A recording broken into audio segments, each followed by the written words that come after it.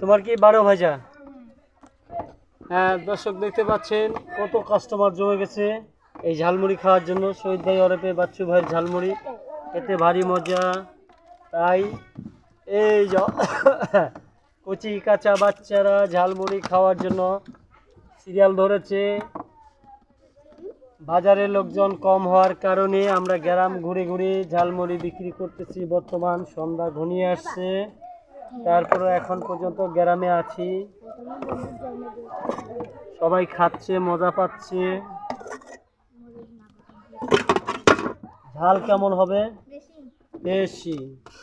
এই ঝাল বেশি খাবে, এই যে আমরা বেশি ঝাল দিচ্ছি, যে যেমন চাহিদা।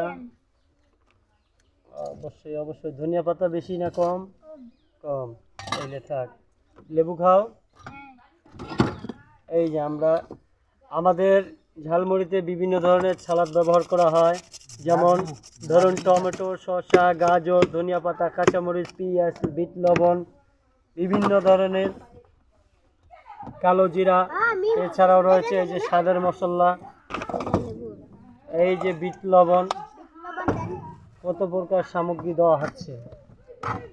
স্বাদে গন্ধে ভরপুর অতুলনীয় শহীদ ভাই ওরফে বাচ্চু ভাই ঝালমুড়ি।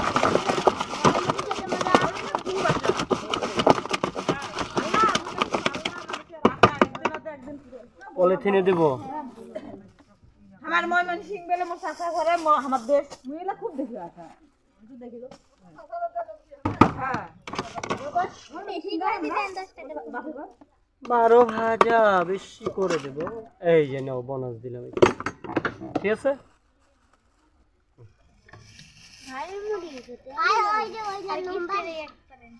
গিফট একটা দেব।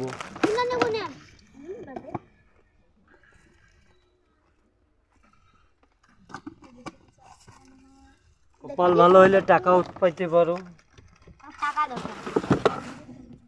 অনেকে পায়। আর কি পায়? খাবার থাকে, লিচু, মার্বেল, এই সেই। টাকা দেয় না বেশি। টাকা শো শ্যাম্পু। এটা হলো টোপ।